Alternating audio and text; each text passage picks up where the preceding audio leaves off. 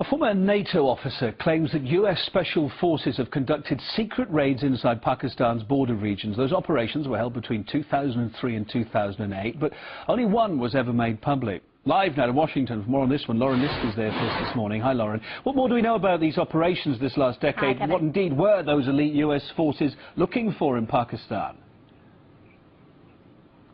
Well, according to reports, they were looking for high-value targets in both the Taliban and Al-Qaeda.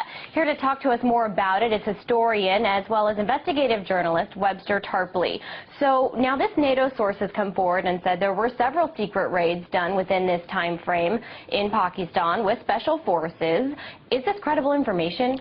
Yes, absolutely. As a matter of fact, the one in September 2008 was widely known and was denounced as a severe provocation by the Pakistani government. There's also a report of the British Special Air Services going into Baluchistan, and this is quite credible because it's Pashtunistan and Baluchistan are the two areas that are being goaded into rebellion. Just a word of context.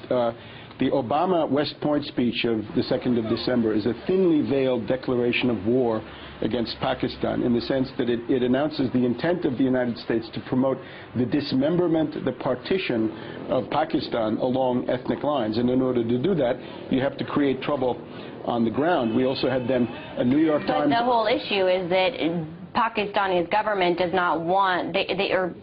They look down on any kind of troops on the ground by the U.S., although they put up with the drone attacks. So. They condemn it in public, but there's a large feeling of resentment among the Pashtun and Baluchi ethnic groups that the government in Islamabad is playing footsie with the U.S. behind the scenes to allow these things to happen.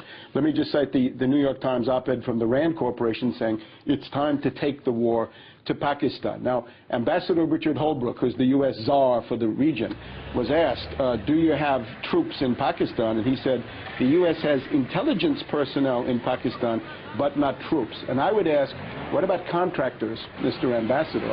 And here we have The Nation magazine. Do you have evidence of any contractors? Well, here's what we have. The Nation magazine, reputable, says that Blackwater Select and Total Intelligence Solutions has a fairly massive operation being run out of Karachi, Pakistan, the largest city, under the auspices of the U.S. Joint Special Operations Command and the CIA. What are they doing? Snatch and grab, meaning kidnappings, snipers, sharpshooters, meaning assassination. According to Vanity Fair, this operation was proposing to assassinate A.Q. Khan, the most famous scientist in the country. Now, the really serious dimension gets into the bombing, right? We've had this Peshawar market case, the women and children's market at the end of October, where the Taliban came out and said we didn't do it, it was the CIA acting through Blackwater. This of course, is a huge complex. What are you suggesting that the U.S. CIA is doing in Pakistan? That they're doing all sorts of things that they shouldn't be doing. I guess from some points of view, the golden age of Blackwater perhaps was not under Bush-Cheney, but it's now under Obama, and they're running wild in ways that trample on the sovereignty of Pakistan as a country. What does this mean for the U.S. wants to increase their drone program in Pakistan, and the U.S. and Pakistan are working together. So what does this mean for those relationships, this news? Do you think this news registers with Pakistani officials? I'm sure it's a tremendous humiliation, and I saw this written up before Christmas in The Dawn and other Pakistani newspapers. Remember, you're dealing with the Predator A, you're dealing with the Predator B, Reaper, the Predator C, Avenger. I think that's the Beast of Kandahar with a jet engine involved. So these are flying over Pashtunistan. It's now being extended into Baluchistan. So we've got a situation of mayhem where a peaceful village or a wedding party may be attacked for the sole purpose of creating a rebellion. And that's actually becoming a political issue here in the United States. On the So you think this is all to create a rebellion within Pakistan? To turn the Pashtunistan population and the Baluchistan population against the government in Islamabad.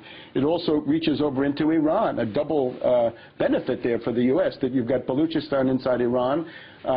What we can look for is the city of Quetta in Baluchistan, the so-called Quetta Shura, a council of top Taliban, including the legendary Mullah Omar, are there. And Mr. Tarpley, thank you for sharing your opinions with us. We appreciate you weighing in. We're going to have to leave it at that for today, though. Okay. Thank you for joining us, and we're going to send it back to you in Moscow with that. Yeah, Lauren List, Webster Tarpley, author and investigative journalist there. Good to hear his thoughts. Time, unfortunately, as you say, against us here.